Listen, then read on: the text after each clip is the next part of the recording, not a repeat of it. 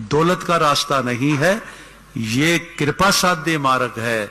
जिन प्रेम कियो तिन ही प्रभ पायो। इन्होंने प्रेम किया है। आज अगर ये एक गुलदस्ता बने बैठे हैं तो इन्होंने नामी को जान लिया है, इसलिए इनके नामों के झगड़े खत्म हो गए हैं। हर रूप वाले बैठे हैं, हर पहनावे वाले बैठे हैं। क्यों? कि सदगुरु ने इन्हें नाम से नहीं नामी से परिचित करा दिया है। आज जिसका नाम पानी है, पानी, वो तरल पदार्थ इनको दिखा दिया है, इसलिए इनके नामों का झगड़ा खत्म हो गया। मैं सिद्ध कर देता हूं, पानी एक है, एक पानी है। पढ़े लिखे लोग बैठे हो, कितने नाम से उसे पुकारते हो। जब आसमां से गिरता है तो उसे बारिश कहते हो, बारिश कहते हो। वही पानी जब जमीन से आसमां की ओर उठता है तो उसे भाप कहते हो। वही पानी जब जमकर बरसता है तो उसे ओले कहते हो। और वही पानी जब जमीन पर गिरकर जम जाता है तो उसे बर्फ कहते हो, बर्फ कहते हो, बर्फ कहते हो। वही पानी जब जमीन पर इकट्ठा हो जाए उसी पानी को झील कहते हो। और वही पानी जब बहने लगे तो उसे नदी कहते हो, नदी कहते हो। वही पानी जब आंख से गिरे तो उसे आंसू कहते हो। और वही पानी जब बदन से गिरे तो उसे पसीना कहते हो, पसीना कहते हो। और वही पानी जब गुरु के चरणों से जुड़ जाए तो उसे चरनामत कहते हो, चरनामत कहते हो। है झगड़ा पानी का, कई नाम है पानी के। झगड़ा इसलिए नहीं कि तुमने नामी को देख लिया है, नामी को देख लिया है, इसलिए तुम्हारे में कोई झगड़ा नहीं। और लोग परमात्मा से विरोधता करते हैं, परमात्मा से तकरार करते हैं, परमात्मा पर इल्जाम लगाते हैं। यहां तक लोगों ने परमात्मा की हालत और दशा कर दी है कि अब परमात्मा को असमर्थ घोषित कर दिया। परमात्मा से टकरा जाते हैं, तू परमात्मा है, तू शक्ति से हीन हो गया है, तू महंगाई पर काबू नहीं कर सकता, तू देश में से भ्रष्टाचार नहीं समाप्त कर सकता, तू गरीबी नहीं खत्म कर सकता। अब ऐसा परमात्मा को शक्तिहीन कहने का दावा कर दिया है।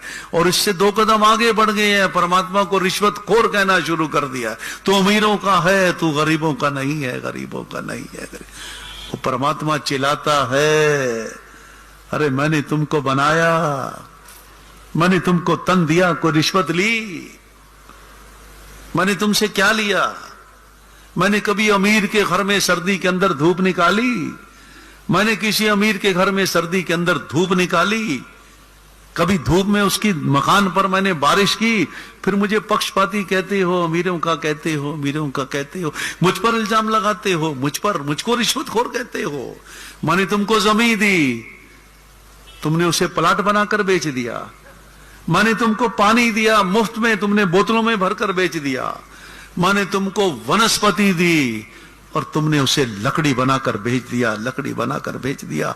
मैंने तुम्हें जानवर दिए, तुमने मवेशी बनाकर भेज दिया।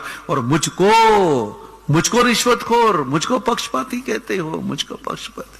रिश्वत तुम मुझको देते हो, मुझ पर फूल चढ़ाते हो, मिठाई का डब्बा मेरे लिए लेके आते हो, मुझ पर चद्दर चढ़ाते हो, एक डिब्बा बाजार से मेरे नाम पे लाते हो, और एक लड्डू का टुकड़ा आधा मेरे मुंह पर खाते हो और पूरा खुद खा जाते हो, और मुझको रिश्वतखोर कहते हो, मुझको रिश्वतखोर कहते हो। ये हालत कर दी है परमात्मा की, लोगों ने हालत कर दी है। फिर किस परमात्मा से रहम मांगते हैं? कौन सा परमात्मा चाहिए जिसे घर में शीशा 4 लकड़ी लेकर 4-4 2-2 कीले चारों कोनों पर ठोक कर कैद करके अपने घर की दीवार पर टांग दिया है? उस परमात्मा से रहम मांगते हैं। उसे बोलते हैं मेरी बेटी का इंटरव्यू है, साथ चल। कैसे चलेगा? शीशे के पीछे 4 लकड़ी, ऊपर कीले, जिसे कैद कर दिया है। उसे बोलेंगे मेरी बेटी का इंटरव्यू है, मेरे साथ चलो, मेरे साथ चलो। जिसे धर्म की धार्मिक 4 दीवारी में एक बुत बनाकर कैद कर इतना बड़ा ताला लगा दिया है, उसे बोलते हैं कोर्ट में मेरे साथ चल, मेरा आज केस है। क्या हालत बना दी है परमात्मा की। और कौन से परमात्मा की बात करते हैं? कौन से परमात्मा जिसे सीमित कर दिया है, जिसे हमने सबतंत्र, जिसने हमको किया सबतंत्र कर दिया। 84 लाख जोनियों से निकालकर मानुष जोनी दे दी और बीच वाला हिस्सा खुला छोड़ दिया। जो मर्जी करो, मैं तुम्हारे काम में दखल नहीं दूंगा। और हमने उसे दीवारों के अंदर कैद कर दिया, कैद कर दिया। हमको स्वतंत्र किया, हमने उसे परतंत्र कर दिया। और उस परमात्मा से कहते हो मुझ पर रहम करो, मेरा काम करो, मेरी गरीबी अमीरी में बदल दो। कहां से आएगा, कैसे बदलेगा? वो तो खुद कैद में है। जो कैद में है तुम्हें कैद से मुक्त कैसे करेगा? ये हालत बना दी परमात्मा की लोगों ने। और उस परमात्मा से रहम मांगते हो। ये बैठे हैं परमात्मा वाले जो कहते हैं परमात्मा घट घट वासी है, परमात्मा पत्ते पत्ते में मौजूद है, कण कण में मौजूद है। यहां परमात्मा नहीं है तो फिर सांस छोड़ो, छोड़ो मेरे साथ सांस सभी। मर गए, फिर सांस कौन दे रहा है?